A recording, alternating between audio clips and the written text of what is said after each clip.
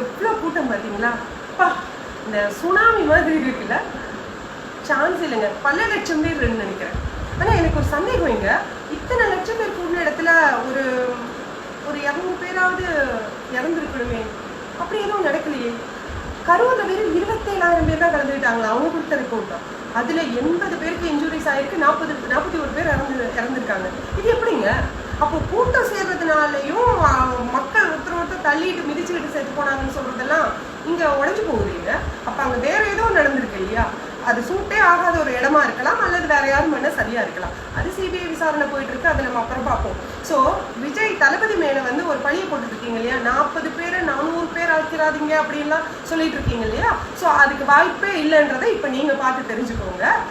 இன்னொரு அலிகேஷன் போட்டுட்டு இருக்கீங்க, த்ரிஷா பின்னாடி போயிட்டாரு, அதனால நாங்கள் ஓட் பண்ண மாட்டோம். உங்களுக்கு என்னங்க பிரச்சனை? உங்களுக்கு என்ன பிரச்சனை? யார் லைஃப்ல வந்து இன்னொரு அஃபேர் இல்லை? ஆண்ட தலைவர்கள் எடுத்துக்கோங்க. ஏன் எம்ஜிஆர் சாரை பத்தி இல்லாத ரூமர்ஸா, ஜெயலலிதா மேடம் பத்தி இல்லாத ரூமர்ஸா? அவங்களாம் நல்லாட்சி கொடுக்கலையா என்ன?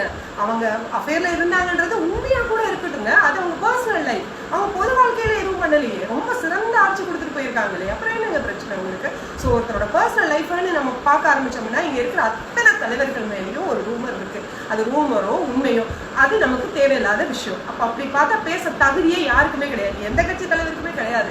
காமராஜர் எடுத்துக்கோங்க, காமராஜரே ஒரு பெண் பித்தன்னு சொல்லி அப்பெல்லாம் ரூமர் கிளம்பி இருக்கு. ஸோ காமராஜர் எதனால தோற்கடிக்கப்பட்டாருன்னு உங்களுக்கு தெரியுமா?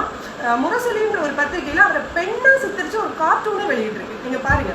ஸோ இவ்வளவெல்லாம் அசிங்கப்படுத்தி தான் ஒரு நல்ல தலைவரையே தோற்கடிச்சிருக்காங்க. காமராஜருக்கு என்ன நிலைமைன்னா நம்ம விஜய் தளபதி சாருக்கு இது என்ன ஆச்சரியமா என்ன? ஏன்னா ஊடகம் வந்து பத்திரிகை ஊடகம் எல்லாம் ஒரு தரப்பினட்ட தான் அந்த காலத்துல இருந்து இந்த காலம் வரைக்கும் இருக்கு, இல்லைன்னா அவங்க கைக்கூலியா இருக்காங்க. இதனால தான் ஆளாப்பட்ட. சரி, இவ்வளவுதான் வேணாங்க. விஜயகாந்த் சார் எடுத்துக்கோங்க, நல்லவர் தானே, ரொம்ப நல்லவர் தானே. அவரையே என்ன சொன்னீங்க? அவருக்கு போதைக்கு அடிமையாயிட்டாரு, பைத்தியம் முடிச்சிருச்சு, அவருக்கு அரசியல் தெரியல, சாகடிச்சிங்கல்ல இந்த பத்திரிகை துறையும் சேர்ந்து தானே.